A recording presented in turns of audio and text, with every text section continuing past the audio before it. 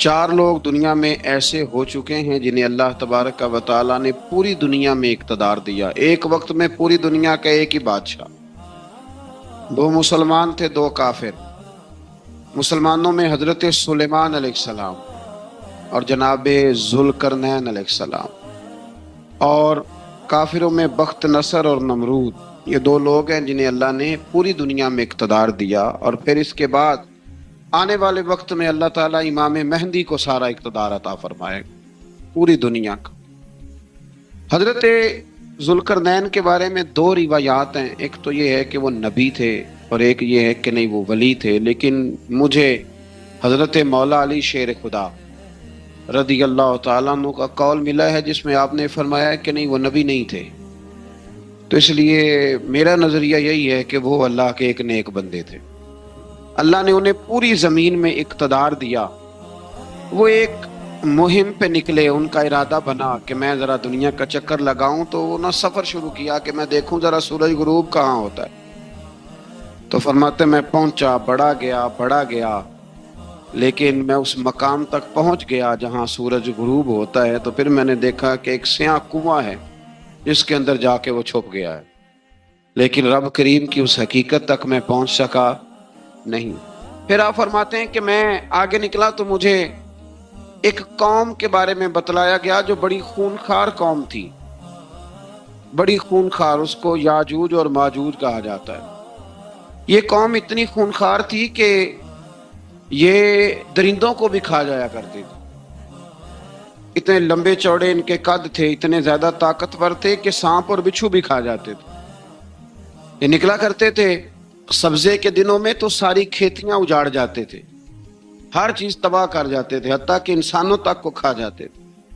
تو حضرت ذوالقرنین جب وہاں پہنچے، اللہ تبارک و تعالیٰ نے انہیں ان مظلوم لوگوں کا مددگار بنایا جن پر یاجوج اور ماجوج کی قوم ظلم کرتی تھی۔ انہوں نے آپ سے کہا کہ حضور مہربانی فرمائیں، اس قوم سے تو ہماری جان چھڑائیں۔ آپ نے فرمایا تم میری مدد کرو۔ انہوں نے کہا حضور کس طرح؟ فرمایا بس جسمانی طور پر میری مدد کرو۔ تو آپ نے پھر وہاں ایک دیوار بنائی، ایک دیوار لوہا کاٹ کر، سیسا پگھلا کر، پتھر ڈال کر ایک بڑی موٹی تازی دیوار بنائی، اور اتنی اونچی بنائی، اور پھر اس کے چاروں جانب آگ جلائی تاکہ وہ لوہا اس طرح پگھل جائے کہ وہ دیواروں کے ساتھ چپک جائے، تاکہ کوئی آدمی پیر رکھنا چاہے تو پیر رکھ کے اس پہ چڑھ نہ سکے۔ آپ نے وہ دیوار بنائی۔ اب اس قوم کا حال یہ ہوا کہ وہ اس کے اندر قید ہیں، وہ صبح جب اٹھتے ہیں تو اس کو توڑنا شروع کرتے ہیں، توڑتے رہتے ہیں، تو جب شام ہوتی ہے تو ان میں سے ہر روز ایک شخص کہتا ہے اتنی رہنے دو، باقی کل کریں گے۔ لیکن جب وہ سویرے اٹھتے ہیں تو اللہ تعالیٰ اس دیوار کو پھر سے مضبوط فرما دیتا ہے۔ نبی کریم علیہ الصلاۃ والسلام نے فرمایا قرب قیامت میں ایک وقت آئے گا، قیامت کے قریب جا کے ایک ٹائم ایسا آئے گا کہ اس مخلوق میں سے ہی ایک شخص پکارے گا اور پکار کے کہے گا کہ اب سو جاؤ انشاءاللہ۔ اللہ ان کی زبان پہ جاری کہے گا اب سو جاؤ اور سویرے انشاءاللہ یہیں سے شروع کریں گے۔ تو فرمایا وہ چونکہ انشاءاللہ کہیں گے تو پھر اللہ تبارک و تعالی اگلے دن اس دیوار کو وہیں پہ رکھے گا جہاں رات کو انہوں نے اسے چھوڑا تھا۔ اگلے دن وہ توڑیں گے تو دیوار ساری ٹوٹ جائے گی، اور پھر اللہ تبارک و تعالیٰ کا فضل ہوگا تو مسلمان کی طرف وہ بڑھیں گے، وہ قتل و غارت کریں گے، پھر سے وہی درندگی کریں گے، تو پھر حضرت عیسیٰ علیہ السلام ان کے لیے دعا کریں گے۔